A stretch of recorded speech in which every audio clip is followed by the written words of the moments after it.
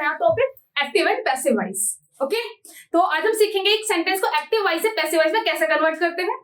Generally एक sentence में अगर फिगर ऑफ स्पीच की बात करें तो वहां पे क्या होता है, सब्जेक्ट्स होते हैं, सब्जेक्ट के बाद क्या होता है, हेल्पिंग वर्ब होती है, हेल्पिंग वर्ब के बाद वर्ब होती है, वर्ब के बाद ऑब्जेक्ट होता है। अच्छा ये बता, कोई बताएगा मेरे को कौन से 2 टाइप्स के ऐसे सेंटेंसेस होते हैं जहां पे हेल्पिंग वर्ब नहीं होती है? वो कौन से सेंटेंसेस हैं जहां पर हेल्पिंग वर्ब यूज नहीं होती है? Yes, present indefinite and past present indefinite and past indefinite in each type of sentences. Then only simple sentences. Sit down. Present indefinite और पास्ट इंडेफिनिट के जो सिंपल सेंटेंसेस होते हैं वहां पर हम हेल्पिंग वर्ब का यूज नहीं करते हैं। अब तो पता कैसे चलेगा which type of sentence is this? तो हमें नजर डालनी है उसके हेल्पिंग उनके वर्ब की फॉर्म पे। किस पे नजर डालनी है? वर्ब की फॉर्म पे। अगर वहां पे वर्ब की फर्स्ट फॉर्म के साथ आईएनजी यूज एस से ईएस लगा है या सिंपली फर्स्ट फॉर्म लिखी हुई है तो दैट इज प्रेजेंट इंडेफिनिट, जिसे हम सिंपल प्रेजेंट भी कहते हैं। ठीक है, लेकिन अगर क्या है वहां पे सेकंड फॉर्म का यूज हुआ है तो दैट इज पास्ट इंडेफिनिट। क्या हो जाएगा वहां पे? पास्ट इंडेफिनिट हो जाएगा। तो चलिए हम रूल देखते हैं कि वो कौन से 5 रूल हैं जिनको हम यूज करेंगे किसी एक्टिव वॉइस सेंटेंस को पैसिव वॉइस में चेंज करने के लिए। पहला रूल कहता है चेंज ऑब्जेक्ट इनटू सब्जेक्ट। तो आपको क्या करना है, पूरे सेंटेंस में से ऑब्जेक्ट को फाइंड आउट करना है और उसको उठा के सब्जेक्ट बना देना है। ठीक है, सेकेंड रूल कहता है चेंज द हेल्पिंग वर्ब। पहले हम जानेंगे कि हमें क्या क्या करना है और कैसे करना है, उसके बाद सीखेंगे। Change the helping verb. Third point कहता है use third form of the verb.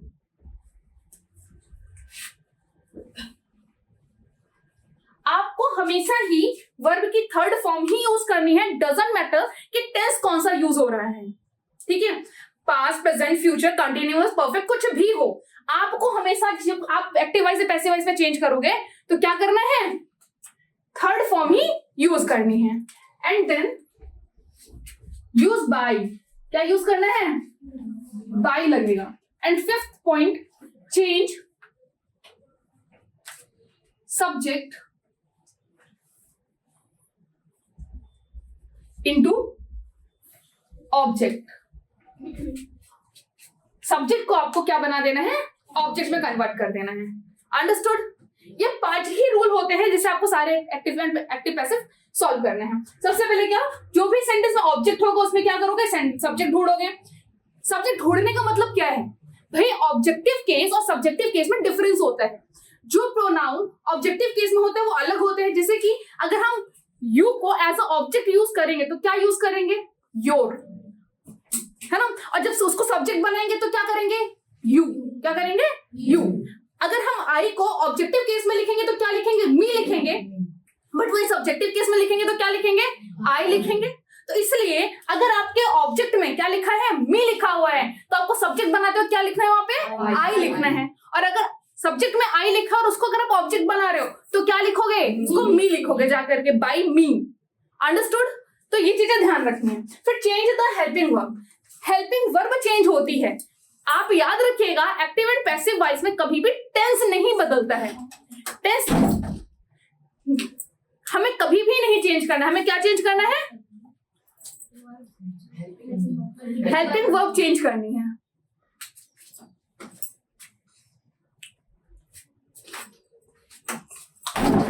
कोई उठ करके डोर बंद कर दो पहला। आगे बढ़ते हैं।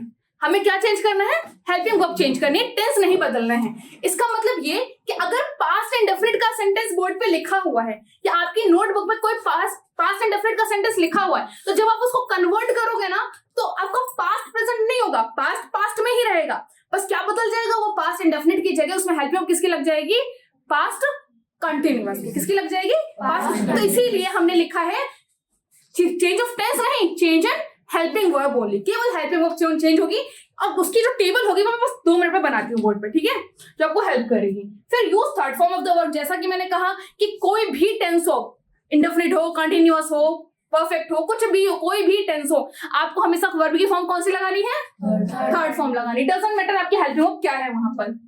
यूज बाय, फिर बाय का यूज कर देना है और फिर चेंज सब्जेक्ट को ऑब्जेक्ट में चेंज कर देना है। एक बार देख लेते हैं, जरा सा एक सिंपल सा सेंटेंस बना के देख लेते हैं, ठीक है। I am reading the book। First of all हमें क्या करना है, हमें ढूंढना है कि हमारा सेंटेंस में सब्जेक्ट क्या है, हमारे सेंटेंस में हेल्पिंग वर्ब क्या है, वर्ब क्या है, ऑब्जेक्ट क्या है, करेक्ट। तो ये आई क्या है बेटा, सब्जेक्ट, एम क्या है, हेल्पिंग वर्ब, रीडिंग क्या है, verb, and what is the book, object. इतने में किसी को कोई प्रॉब्लम हुई क्या, समझ में आ रहा है सभी को आपको?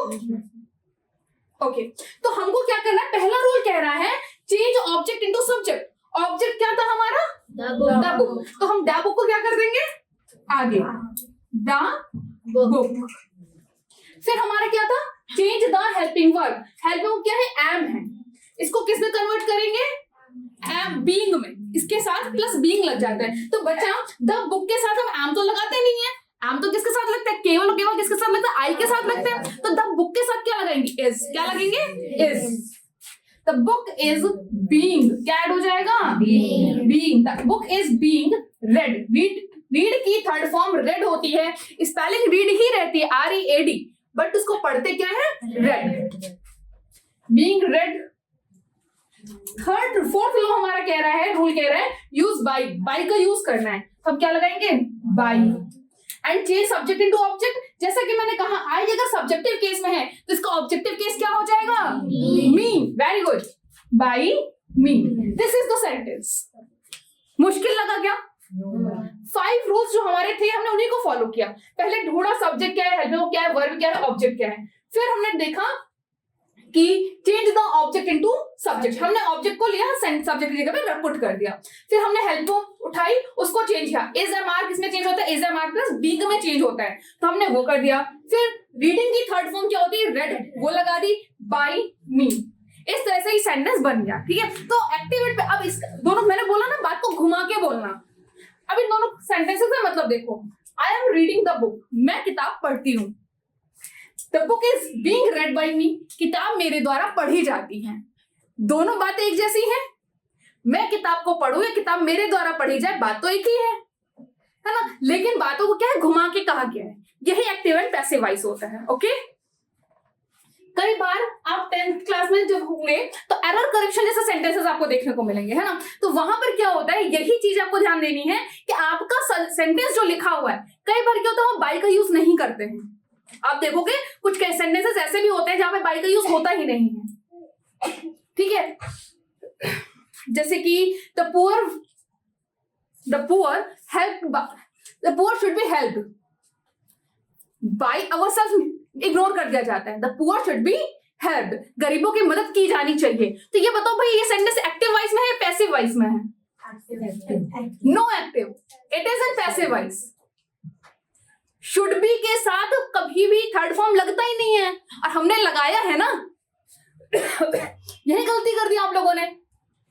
The poor should be helped, गरीबों की सहायता की जानी चाहिए, पैसिव वॉइस सेंटेंस है। आप बाय मत ढूंढो, बाय गिवन है तो वेल एंड गुड, अगर नहीं भी है तो आप देखो कि अगर आर के साथ थर्ड फॉर्म लगा है तो कौन सा सेंटेंस होगा, वो ऑब्वियसली पैसिव वॉइस में होगा। समझ में आ रहा है, नहीं आ रहा है?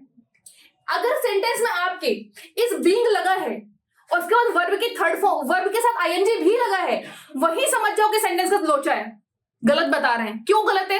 क्योंकि भैया इस बीइंग जैसी हेल्पिंग वर्ब सिर्फ पैसिव वॉइस में ही यूज होती है। अंडरस्टूड? सिर्फ पैसिव वॉइस में ही यूज होती है, और पैसिव वॉइस हमेशा वर्ब की क्या लगती है, थर्ड फॉर्म लगती है। यही दिमाग में रखना है आपको, तब आप एरर करेक्शन कर पाओगे वहां पे कि कहां पे थर्ड फॉर्म आएगी, कौन सा सेंटेंस एक्टिव है, कौन सा पैसिव है। यहाँ पे ये हेल्प वर्ब सही है। मान लीजिए इज के साथ थर्ड फॉर्म दे दी, सेंटेंस हमारा पैसिव वॉइस में है, इज लिखा, थर्ड फॉर्म दे दी, तो ये सही होगा या गलत होगा? सही होगा, क्योंकि ये प्रेजेंट इंडेफिनिट वाला सेंटेंस है। वहां पे हम क्या करते हैं, इज कन्वर्ट करके थर्ड फॉर्म लगा देते हैं। बेटा आ रहा है ना समझ में? हाँ, तो चलो अब देखते हैं किस तरह से हेल्पिंग वर्ब बदलनी है, क्योंकि आप लोग उसमें बहुत ज्यादा कंफ्यूज हो, आपको अभी पता नहीं है कि हेल्पिंग वर्ब कैसे बदली जाती है। तो आइए वन बाय वन देखते हैं कि कौन सी हेल्पिंग वर्ब किस हेल्पिंग वर्ब में कन्वर्ट हो जाएगी। एज आई सेड कि साहब यहाँ पे हमको टेंस चेंज नहीं करना है, हमको टेंस चेंज नहीं करना है, ठीक है। तो अगर हमारे पास क्या है, डू डज है, डू डज से आपको ये समझना है कि डू डज में आपका वर्ब की फर्स्ट फॉर्म भी लगी है, तो वो भी कहां कंसीडर की जाएगी। अभी मैंने बताया ना कि ये किसकी हेल्पिंग वर्ब है, डू डज किस टेंस की हेल्पिंग वर्ब होती है, प्रेजेंट इंडेफिनिट की कहे। और मैंने अभी बताया प्रेजेंट इंडेफिनिट का जो सिंपल सेंटेंस होता है उसमें हेल्पिंग वर्ब लगती ही नहीं है। तो हमें क्या करना है, हमें देखना है सेंटेंस में क्या यहाँ पे वर्ब की फर्स्ट फॉर्म तो नहीं लगी है। अगर केवल वर्ब की फर्स्ट फॉर्म ही लगी है, हेल्पिंग वर्ब नहीं लगी है, तो कौन सा टेंस हो जाएगा, प्रेजेंट इंडेफिनिट हो जाएगा। यानी डू डज के साथ उसको कंसीडर कर लेना और इसको किसमें कन्वर्ट कर देना, इज एम आर में। किसमें कन्वर्ट कर देना, इज एम आर में। और अगर इज एम आर लिखा है तो इज एम आर किसमें करोगे, is am are plus being में कन्वर्ट कर देना। Very good. अगर हैज हैव लिखा है तो हैज बीन और हैव बीन, चलो हैज बीन और हैव बीन, वेरी गुड। अगर हैज बीन और हैव बीन लिखा है तो नो चेंज, वेरी गुड। अगर हैज बीन और हैव बीन है तो नो चेंज। अगर डिड है या वर्ब की सेकंड फॉर्म है, क्योंकि पास्ट इंडेफिनिट के सिंपल में भी हेल्पिंग वर्ब नहीं लगती है, तो अगर डिड लगा है या वर्ब की सेकंड फॉर्म लगी है तो क्या करोगे, was वर्ब। मैंने आपसे बोला टेंस नहीं बदलता है बेटा, ये प्रेजेंट में है ना, तो ये भी तो प्रेजेंट की हेल्पिंग वर्ब है, ये प्रेजेंट है और ये भी प्रेजेंट है, ये प्रेजेंट है ये भी प्रेजेंट है, कुछ पास्ट में गया क्या। आप लोग उसमें से बहुत सारे बच्चे क्या करते हो कि एक्टिव वॉइस, एक्टिव पैसिव और नरेशन यानी डायरेक्ट एंड इनडायरेक्ट के रूल्स को मर्ज कर देते हो। तो याद रखना कि हेल्पिंग वर्ब चेंज करते हो दिमाग में बिठा लेना कि वॉइस में टेंस नहीं बदलता है और नरेशन में टेंस हमेशा बदला जाता है। नरेशन में टेंस हमेशा बदल जाएगा, प्रेजेंट का पास्ट जरूर हो जाएगा, ठीक है, लेकिन वॉइस में कभी भी टेंस बदला नहीं जाता है। अगर आप ये चीज दिमाग में रखोगे तो आपको हेल्पिंग वर्ब लगाने में कभी भी कंफ्यूज नहीं होगे, ठीक है। आगे बढ़ते हैं। डिड वॉज वर्ब, और वॉज वर्ब किसमें, very good, was verb plus being में, करेक्ट। एंड हैड बीन, और हैड बीन नो चेंज। इसके अलावा जितनी भी हेल्पिंग वर्ब होती हैं उन सब में बी लग जाता है। Will be, shell be, can B, could B, should B, must be, might B, so on, सब में क्या लग जाता है, सिर्फ बी का यूज हो जाता है। जैसे फ्यूचर टेंस में लगता है ना, will, shall, should, would, can, could, इन सब के आगे क्या लगेगा, सिर्फ बी का यूज हो जाएगा। याद रख, सबसे इजी है। कैन कुड में, मे माइट में, sorry can be, could B, may B, might be, will be, should be और shall be। क्लियर है। तो हर हेल्पिंग में क्या लग जाएगा, बी यूज हो जाएगा। क्लियर है। कोई डाउट है किसी को, चेंज इन हेल्पिंग समझ में आ गया ना। आप इसको नोट डाउन कर लीजिए और बाकी के लिए याद रखिए कि हमेशा क्या यूज करना है, बी यूज करना है। Shall be, will B, can B, may B, could B, might B, must be। Very good. Note it down.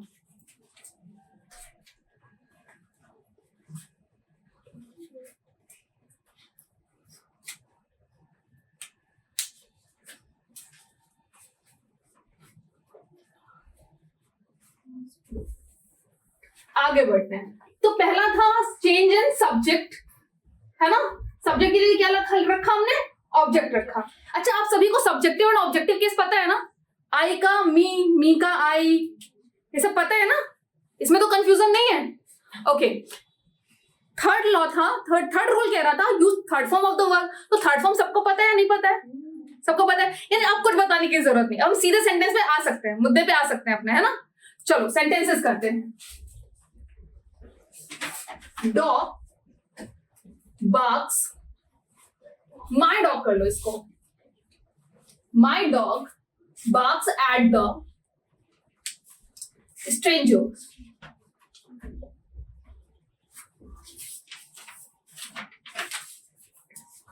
एक सेकेंड, ये सेंटेंस आप लोग अभी मत करिए, वेट कर लीजिए। इस तरह के सेंटेंसेस आप अभी मत करिए क्योंकि यहाँ एट लगा हुआ है, प्रीपोजिशन यूज है। अभी रुक जाइए, इसको दूसरा बताती हूँ। Children are playing cricket.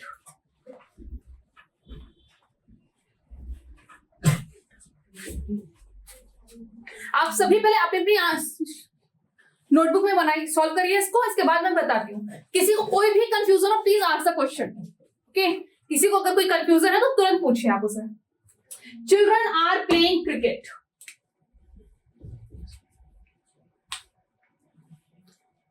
तो भाई बताओ चिल्ड्रन क्या है?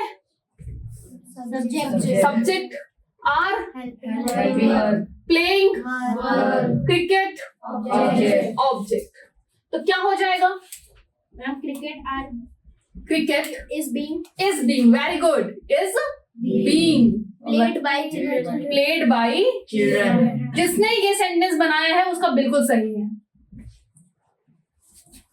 इसने ये किया है बिल्कुल सही, परफेक्ट है।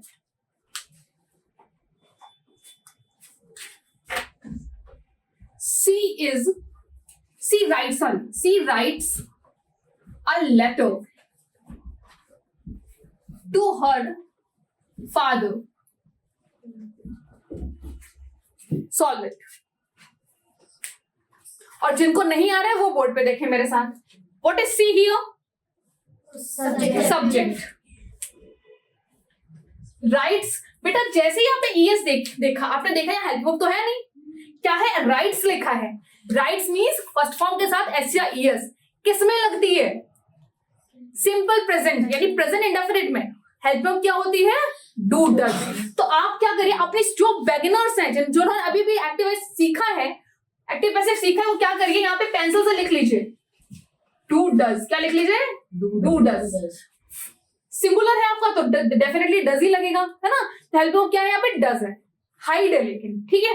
राइट्स तो हमारी वर्ब क्या है? राइट। क्या है? Right verb. आ लेटर क्या है? ऑब्जेक्ट। और टू द फादर क्या है? Other words. क्या है ये? अदर वर्ड्स है। तो जब हम इसको पैसिव वॉइस में कन्वर्ट करेंगे तो हमें मतलब है हमारे इन लोगों से, ठीक है? सब्जेक्ट से, हेल्प वर्ब से, वर्ब से, ऑब्जेक्ट से। तो हम क्या शुरू करेंगे? A letter. क्या लिखेंगे? A letter. आगे Is being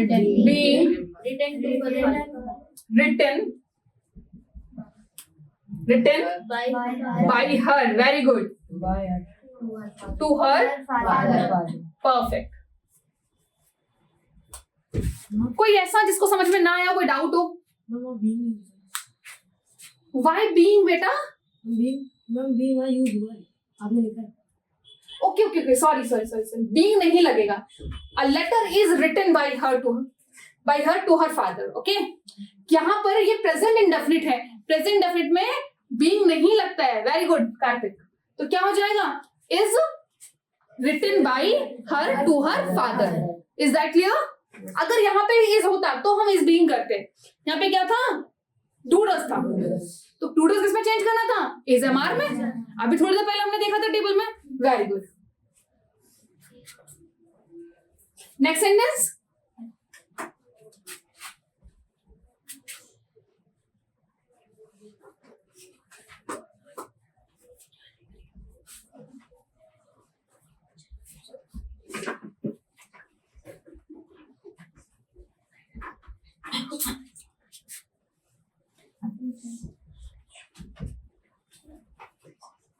Teacher is teaching English in the class. Solve it. Teacher is the subject here. Is the helping verb. Learning verb, teaching verb, English object in the class, other word. Solve it.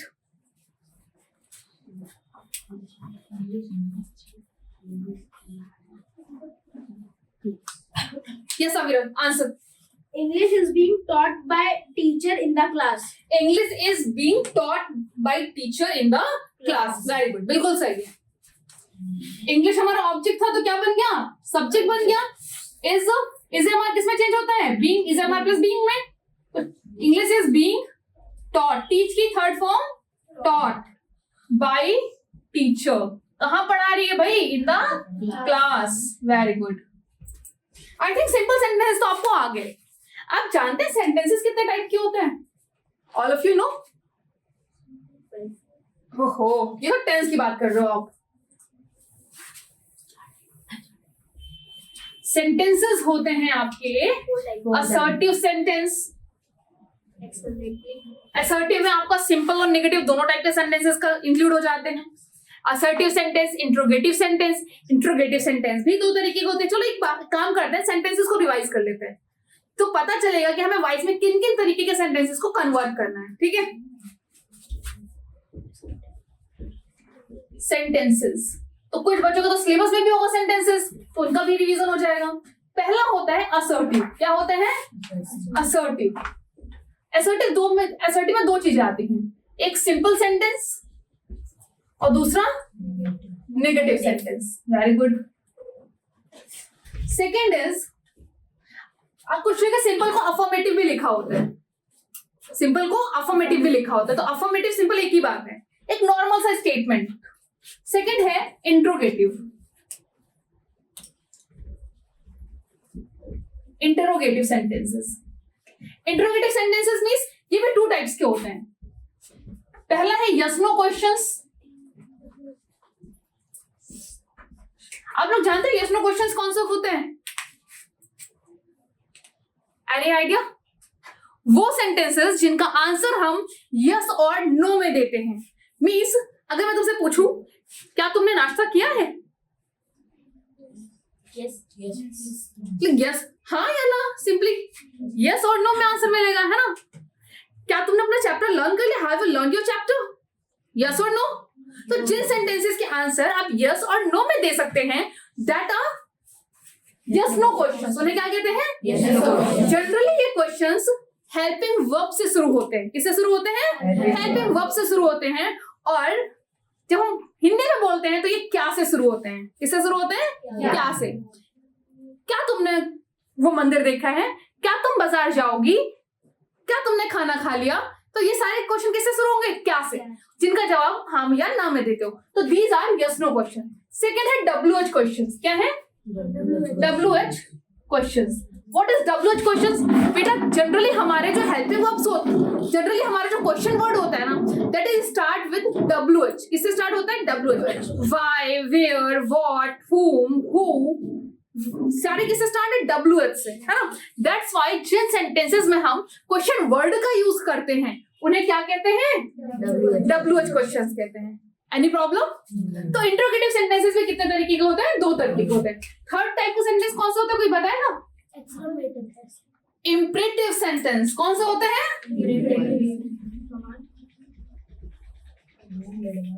अच्छा, imperative sentence बेटा कौन कितने तरीके के होते हैं? यहाँ भी 3 टाइप्स हम देख सकते हैं। एक वो सेंटेंस जिसमें हम सजेशन देते हैं, एक सजेशन या एडवाइस, है ना? दूसरे जिसमें हम किसी को ऑर्डर दे रहे होते हैं, और तीसरा जिसमें हम किसी से रिक्वेस्ट कर रहे होते हैं। There are 3 types of sentences which are considered in imperative sentence. पहला सेंटेंस कौन सा है? सजेशन या एडवाइस, जो जनरली शुड से स्टार्ट होता है। ठीक है, you should do this, you should regular, you should be regular, है ना? तो जहां भी शुड यूज होगा उसका मतलब क्या है? हम क्या कर रहे हैं? सजेशन दे रहे हैं, एडवाइस दे रहे हैं, है ना? You should love our country. अच्छा, इसके बाद जब कोई सुपीरियर अपने इंफीरियर को से बात करेगा तो उसे क्या कहेगा? ऑर्डर देगा, है ना? टीचर स्टूडेंट्स को जनरली क्या करती हैं? ऑर्डर देती हैं या एडवाइस देती हैं। डॉक्टर हमेशा एडवाइस ही दे सकता है कि आपको भाई ये दवाई लेनी है, आपको ये डाइट फॉलो करनी है। वो घर आके ऑर्डर दे के फॉलो नहीं करवाएगा, है ना? तो कुछ चीजें क्लियर रहती हैं। मैंने भी बोला कि आपका इंपरेटिव सेंटेंस का दूसरा टाइप क्या था? ऑर्डर। जैसे कि अगर आपके घर पे कोई सर्वेंट है तो जो मास्टर होगा वो हमेशा सर्वेंट को क्या करेगा? ऑर्डर देगा, है ना? वहां पे क्या लगेगा? ऑर्डर वाले सेंटेंस होंगे, जैसे कि go there, get out, come here, give me a glass of water. ठीक है, अगर सेंटेंस में प्लीज नहीं लगा है तो। लेकिन अगर आप किसी से प्लीज से बात कर रहे हो, प्लीज, काइंडली, तो ये क्या हो जाएगा? रिक्वेस्ट हो जाएगा। जब आप अपने किसी बड़े से या अपने किसी कलीग से हेल्प मांगते हो तो वहां पे क्या करते हो? रिक्वेस्ट करते हो। क्या करते हो? रिक्वेस्ट। तो यहाँ पे इंपरेटिव सेंटेंस में 3 टाइप्स के सेंटेंसेस आ जाते हैं। कौन कौन से? Suggestion, order, request. चलिए, इम्परेटिव के बाद क्या आएगा? ऑप्टेटिव। क्या आ जाएगा? ऑप्टेटिव। ऑप्टेटिव सेंटेंसेस में क्या होता है? आप विश की बात करते हो, है ना, किसी को आशीर्वाद देना है तो generally may you live long, भगवान करे तो लंबा जियो, क्या है? ऑप्टेटिव सेंटेंस है ना। किसी को कर्ज करना, किसी को आशीर्वाद देना, किसी को कर्ज करना यानी श्राप देना, किसी के लिए बुरा बोलना, या फिर भगवान से कोई इच्छा मांगना। विश, कोई आपकी जो इच्छा होती है वो भी किसमें कंसीडर होती है? ऑप्टेटिव सेंटेंसेस में। जैसे कि मे यू लिव लॉन्ग भी एक क्या है? विश है हमारी, है ना। मे गॉड हेल्प यू या मे गॉड ब्लेस यू, ये भी क्या है? ये हम भगवान से कह रहे हैं, तुम्हारे लिए कह रहे हैं, तुम्हें क्या दे रहे हैं? ये मेरी विश है ना। इसके अलावा बोलो, कोई किसी को पता है कर्ज क्या होता है? श्राप देना, किसी के लिए बुरा बोलना, go to hell, go to hell, क्या है? ये कर्ज है। क्या है? ये कर्ज है। ओके, तो ऑप्टेटिव के बाद आता है आपका लास्ट एक्सक्लेमेटरी सेंटेंस। कैसा? एक्सक्लेमेटरी सेंटेंस बेटा वो सेंटेंसेस होते हैं जिनमें आप अपनी सडन फीलिंग शो करते हो, है ना। कभी आप बहुत खुश हो, कभी आप दुखी हो, कभी आप परेशान हो, आप एक इंस्टेंटली जो सडन फीलिंग आपके मन में आती है, आप जो बोलते हो, दैट इज एक्सक्लेमेशन। ठीक है, हमको पता है, सभी जानते हैं ये एक्सक्लेमेटरी का साइन होता है, लास्ट में यही साइन लग जाता है। जैसे कि इंडिया वर्ल्ड कप का मैच चल रहा है, इंडिया मैच जीत गई, तो आप क्या बोलोगे? Hurray, we won the match. अरे वाह, मैच जीत गए। होता है ऐसा? नहीं होता है। अगर आपको कोई बहुत सुंदर सी बिल्डिंग दिखी, तब क्या आप बोलोगे? अरे वाह यार, कितनी सही बिल्डिंग है, कितनी सुंदर बिल्डिंग है, ऐसे बोलते हो ना। अगर मान लो आप दो लोग जा रहे हो, आपको ना कोई बहुत सुंदर सी चीज दिखी, कोई बहुत सुंदर सा फ्लावर दिख गया, तो क्या बोलोगे? यार कितना सुंदर फ्लावर है ना। अब इसी बात को अगर हम इंग्लिश में बोलेंगे तो क्या बोलेंगे?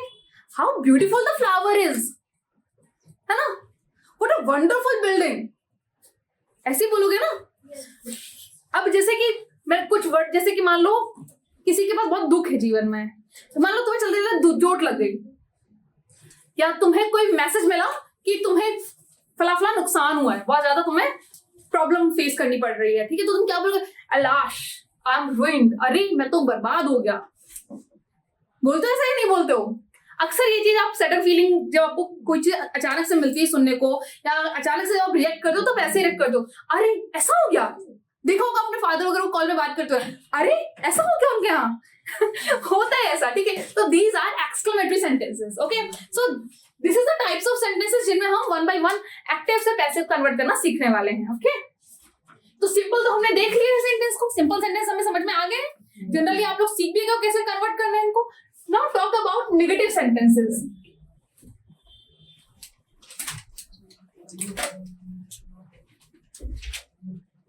नेगेटिव सेंटेंसेस कुछ करना ही नहीं है, सिर्फ इतना जान लो कि नॉट का यूज कहाँ होता है। अगर आपने नॉट का यूज सही जगह सीख लिया है तो आपको नेगेटिव सेंटेंस में कोई प्रॉब्लम नहीं होगी। और बताओ, नॉट का यूज हमेशा हेल्पिंग वर्ब के बाद में होता है। और अगर आपके पास दो हेल्पिंग वर्ब है, लाइक इज बीइंग में दो हेल्पिंग वर्ब है नहीं, एक इज और एक being, has been have been में दो हेल्पिंग वर्ब है, एक हैज और एक बीन। अगर सिंगल हेल्पिंग वर्ब है तो हेल्पिंग वर्ब के जस्ट बाद में आपको नॉट का यूज करना है, और अगर डबल हेल्पिंग वर्ब है तो उनके बीच में नॉट का यूज करना है। अगर आपने नॉट का यूज अप्रोप्रिएटली सीख लिया है तो डेफिनेटली आप ये नेगेटिव सेंटेंसेस बना सकते हो। चलो 2-3 एग्जांपल्स देख लेते हैं इसके भी। Let's do it. अब पहला सेंटेंस था मेरा, children are playing the cricket. क्या था मेरा? Children are playing the cricket. इसी को देखते हैं, children are not playing the cricket.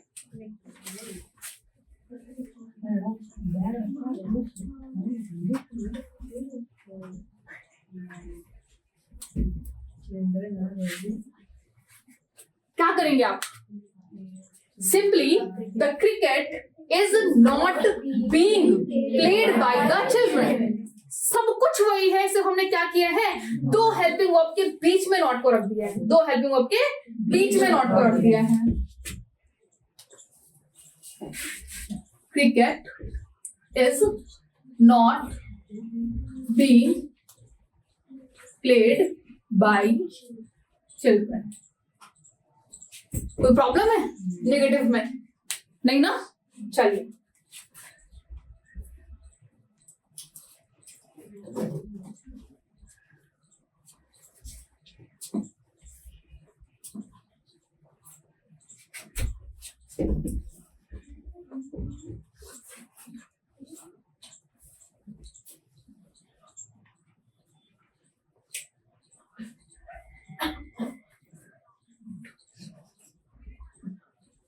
he do not complete his work. क्या हो जाएगा? His work is not completed by him. ही लिखा हुआ है, क्या हो जाएगा? Him. सब्जेक्टिव से ऑब्जेक्टिव बनाओगे तो क्या हो जाएगा? Him. तो his work is not completed by him. Okay, single helping verb थी तो सिर्फ हेल्पिंग वर्ब के बगल में हमने क्या लगा दिया? नॉट लगा दिया। तो नेगेटिव में कोई दिक्कत? सिर्फ क्या करना है? हेल्पिंग वर्ब के बगल में उठा के नॉट लगा देना है। इसी समझ में आ रहा है आपको बेटा? ओके, पक्का समझ में आ रहा है? फिर बहुत अच्छी बात है। अब आते हैं इंट्रोगेटिव सेंटेंस में।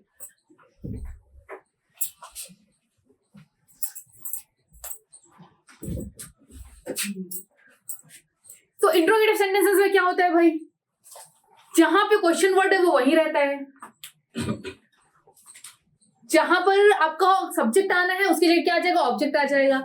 हेल्पिंग वर्ब बदल जाएंगी, वही 5 रूल फॉलो होने हैं, बाकी सब कुछ अपनी अपनी प्लेस पे ही रहेगा।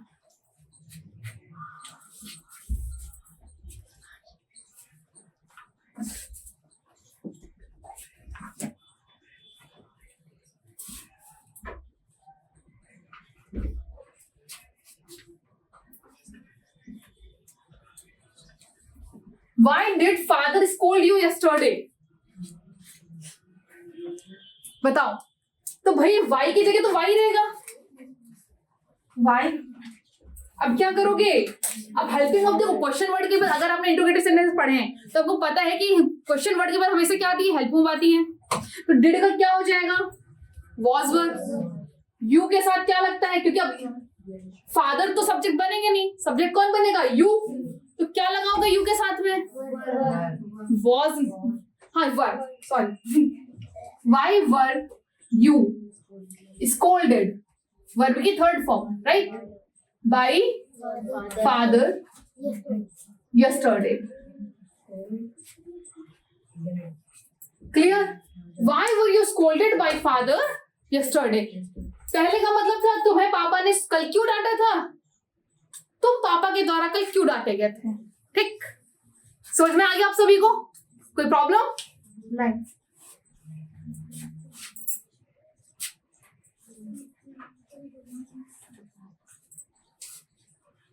अगला क्वेश्चन।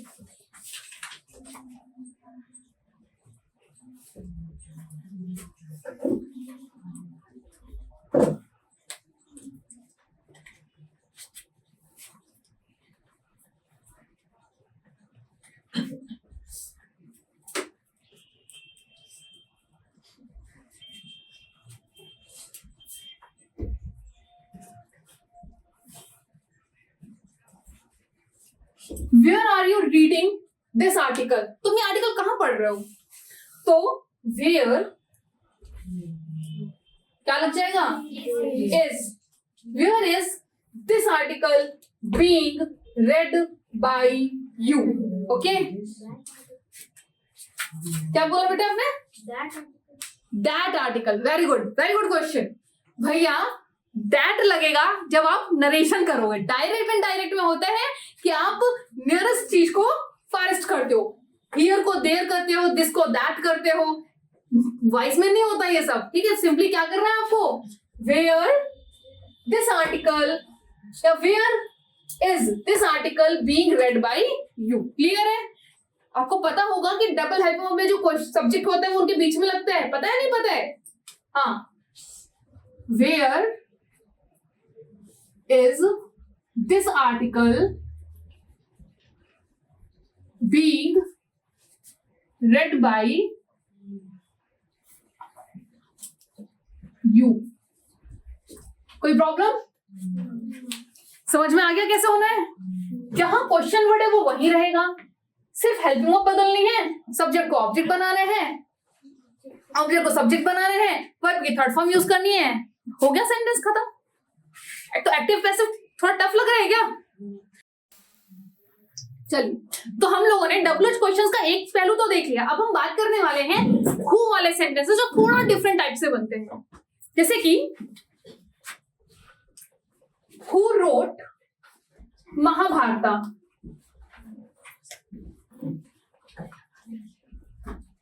तो क्या करोगे आप? अब जो प्रॉब्लम बताइए यहाँ पे क्या है सेंटेंसेस में, हमारा हो ही सब्जेक्ट होगा। अंडरस्टूड?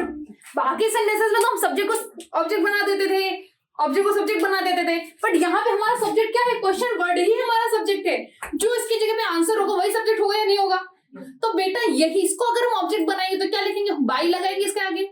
और इसका हु का ऑब्जेक्टिव केस होता है होम। क्या होता है?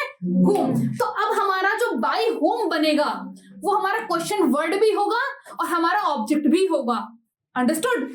यहाँ पर हु के दो रोल हो जाएंगे, क्योंकि ये सब्जेक्ट है तो ये ऑब्जेक्ट भी होगा, और दूसरा ये क्वेश्चन वर्ड है तो ये क्वेश्चन वर्ड का भी काम करेगा। तो हम इसको ऑब्जेक्ट बना करके क्वेश्चन वर्ड बनाएंगे। ठीक है, तो हम इसकी जगह क्या लिखेंगे? बाई हुम। क्या लिखेंगे? बाई हुम। अच्छा, रोट कौन सी फॉर्म है? Second form. देखो हेल्पिंग वर्ब तो यहाँ थी नहीं, तो आपको पता है कौन सा टेंस है? वर्ब की सेकेंड फॉर्म लगी हुई है। कौन सा टेंस हुआ? पास्ट इंडेफिनिट हुआ। हेल्पिंग वर्ब क्या होती है? डिड। और डिड किसमें कन्वर्ट करने को बताया था मैंने? वॉज वर्ब में। Very good. By whom was Mahabharata.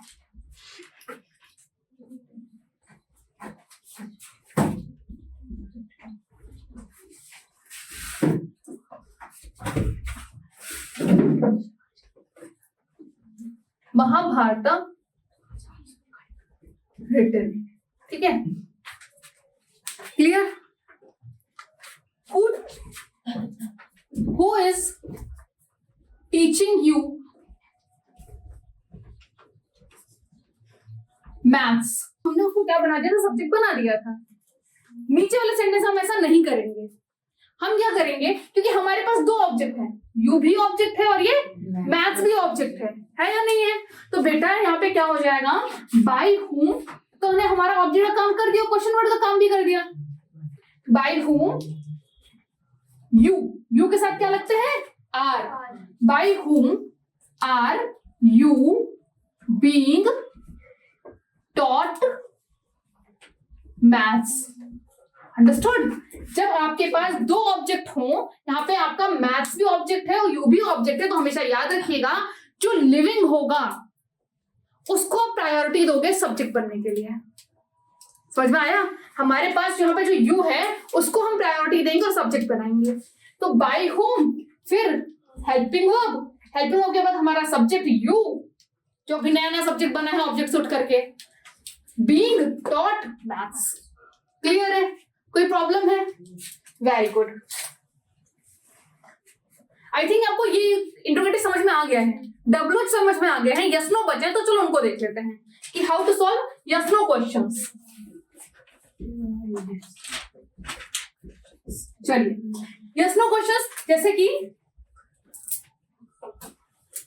Are you playing chess? क्या करोगे? आर को आर ही रहने दो। सॉरी, आर चेंज होगा जैसे हेल्प वर्ब चेंज होती है, लेकिन जगह नहीं बदलेगी इसकी। यानी कि इंट्रोगेटिव का सेंटेंस इंट्रोगेटिव में ही रहेगा, सिंपल सेंटेंस सिंपल में ही रहेगा। तो आर को क्या करोगे? तो आर को बदलने के लिए पहले देखो हमारा ऑब्जेक्ट क्या है। ऑब्जेक्ट को सब्जेक्ट बनाओगे और सब्जेक्ट के अकॉर्डिंग हेल्प वर्ब यूज होती है। ऑब्जेक्ट क्या है? चेस। क्या है? चेस। चेस क्या? तो सिंगुलर या प्लूरल? सिंगुलर। तो आर लगेगा क्या सिंगुलर के साथ में? तो क्या हो जाएगा? Is chess being played by you. कोई प्रॉब्लम? इसको सीखने में किसी को कोई डाउट हो तो बताओ। किसी भी सेंटेंस में किसी भी जगह कोई डाउट हो तो बताओ। सिंपली ये हमारी क्या थी? हेल्प वर्ब थी, यानी सबसे पहले हमको क्या लगाना है? हेल्प वर्ब लगानी है। तो हेल्प वर्ब कैसे बदलेगी? पता है या नहीं पता है? आर है तो आर बीइंग होना चाहिए, लेकिन भाई सब्जेक्ट को भी तो देखो, सब्जेक्ट क्या बनने वाला है? आपका सब्जेक्ट बदल रहा है। यू था पहले तो इसलिए आर लगा था, अब क्या बनेगा? चेस बनेगा। तो चेस के साथ क्या लगाएंगे? Is chess being played by you. Simple. कोई प्रॉब्लम है किसी को यहाँ पे? नहीं।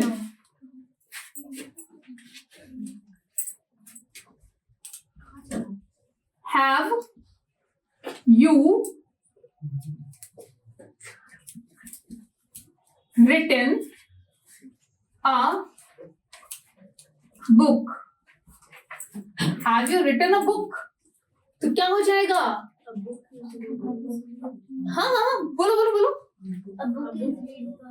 बिल्कुल गलत भैया, पहला काम क्या करना है आप लोगों को यहाँ पे? किसको बदलना है?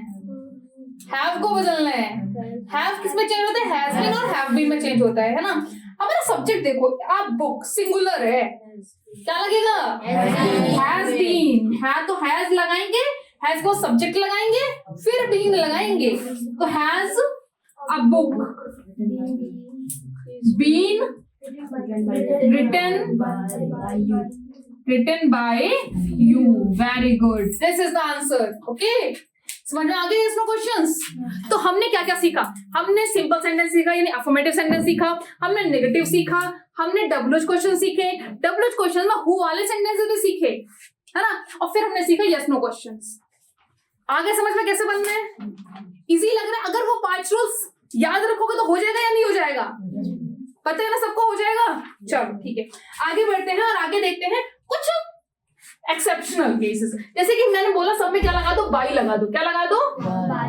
हर जगह ऐसा नहीं चलता बेटा, कई जगह क्या होता है, बाई आप लगा ही नहीं सकते। प्रीपोजिशन नाम की भी एक चीज होती है, पता है ना आप लोगों को? हर जगह हम बाई को एज अ प्रीपोजिशन यूज नहीं कर सकते हैं। आ जाओ देखो फिर क्या करेंगे। जैसे कि mister knows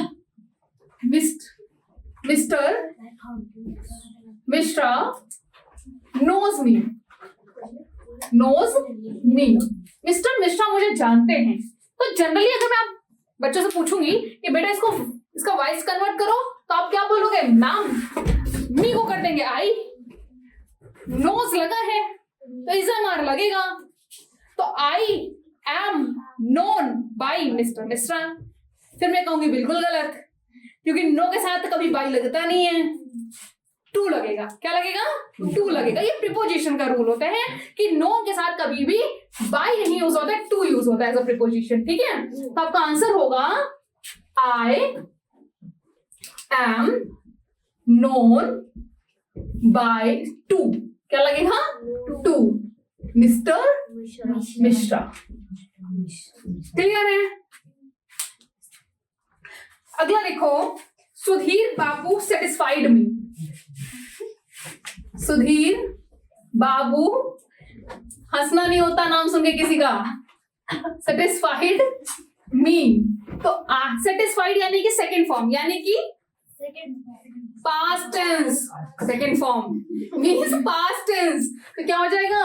I was satisfied. यही थर्ड फॉर्म भी होगी, पता है कि नहीं?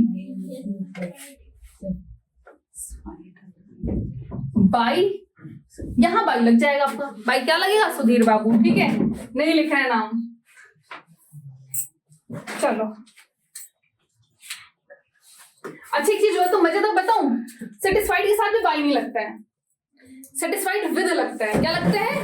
विद। ये एक्सेप्शनल्स हैं। क्या लगेगा यहाँ पे? आई was satisfied with Sudhir Babu. Understood? तो ऐसे याद रखना, नो के साथ क्या लगता है? टू। सेटिस्फाइड के साथ क्या लगता है? विद। शॉक्ड के साथ लगता है एट। शॉक्ड के साथ क्या लगता है? एट। और डिस्प्लीज्ड के साथ लगता है विद। क्या लगता है? विद। क्लियर है?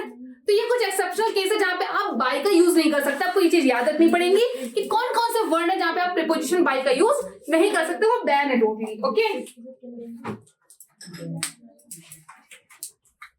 क्लियर? तो आई थिंक आपको वॉइस की क्लास समझ में आ गई होगी कि सारे तरीके के वॉइस आपको याद रहेंगे। चलो एक बार क्विक रिवीजन करते हैं। ठीक है, प्रॉपर जितना मैंने आज पढ़ाया है सबको समराइज करते हैं। सबसे पहले शुरुआत होती है वो 5 गोल्डन रूल्स जिनसे सारा एक्टिव एंड पैसिव सॉल्व होता है। सबसे पहले क्या करना है?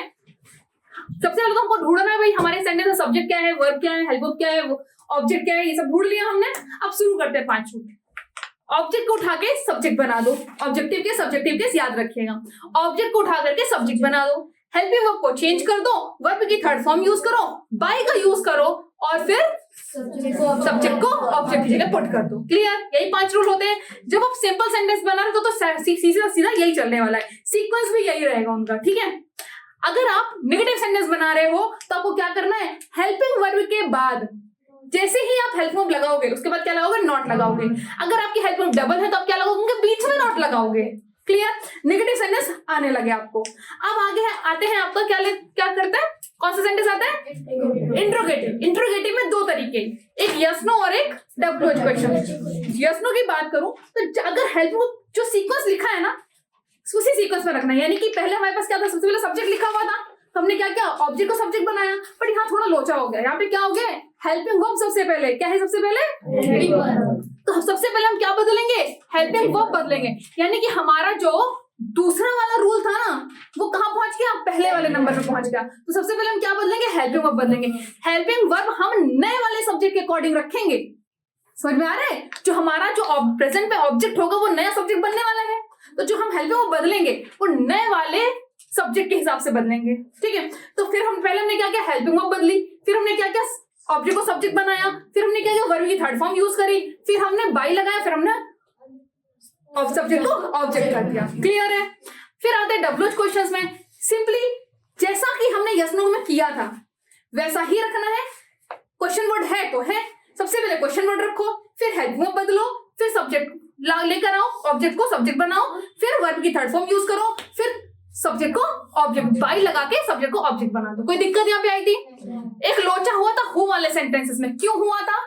क्योंकि वहां पर हु ही हमारा सब्जेक्ट था। तो हमें पता है कि हमें दो काम करने हैं, एक तो क्वेश्चन वर्ड को पहले भी रखना है और दूसरा क्योंकि हमारा हु सब्जेक्ट है तो इसको ऑब्जेक्ट भी बनाना है। तो हम दोनों काम शुरुआत में ही कर देते हैं। हम हु को क्या लिखेंगे, बाई हुम लिख देंगे। क्या लिख देंगे, बाई हुम लिख देंगे। सिंपली क्योंकि हमारे क्वेश्चन वर्ड है, क्वेश्चन वर्ड के बाद क्या आता है, हेल्पिंग वर्ब आती है, तो बाई हुम के बाद हम क्या लिखेंगे, हेल्पिंग वर्ब लिखेंगे। व्हाटएवर जो भी हेल्पिंग वर्ब यहाँ पे पर्टिकुलर यूज हो रही होगी हेल्पिंग वर्ब लगाएंगे। हेल्पिंग वर्ब के बाद क्या लिखते हैं, सब्जेक्ट लिखते हैं तो सब्जेक्ट आ जाएगा। सब्जेक्ट के बाद क्या करते हैं, वर्ब लिखते हैं, वर्ब की थर्ड फॉर्म लगाएंगे, बाई लगा करके ऑब्जेक्ट पुट, देखिए सब्जेक्ट को ऑब्जेक्ट की जगह पुट कर देंगे। कोई प्रॉब्लम आई क्या? क्या सारी समरी समझ में आ गई आप लोगों को? हेल्पिंग वर्ब को कैसे चेंज करते एक बार वो भी देख लो। डू डज या प्रेजेंट इंडेफिनिट का सिंपल सेंटेंस किसमें चेंज होगा, इज एम आर में। Is am are plus being में, हैज हैव प्लस बीइंग में, sorry has been have been, no change. Did या फिर सिंपल सेंटेंस पास्ट इंडेफिनिट का किसमें चेंज हो जाएगा, was were प्लस बीइंग में चेंज हो जाएगा। was were plus being, sorry had किसमें चेंज होगा, हैड बीन में, और हैड बीन किसमें चेंज होगा, no change. Shall be, can be, will be, could be, would be, should be, may be, might be, could. That's all. Must be. तो आपको पता है कि जितनी भी इस टाइप की हेल्पिंग वर्ब्स होंगी सब में क्या लग जाएगा, बी लग जाएगा। आई होप ये लेक्चर बहुत अच्छा लगा होगा ना, समझ में भी सब कुछ आया होगा। Okay, thank you.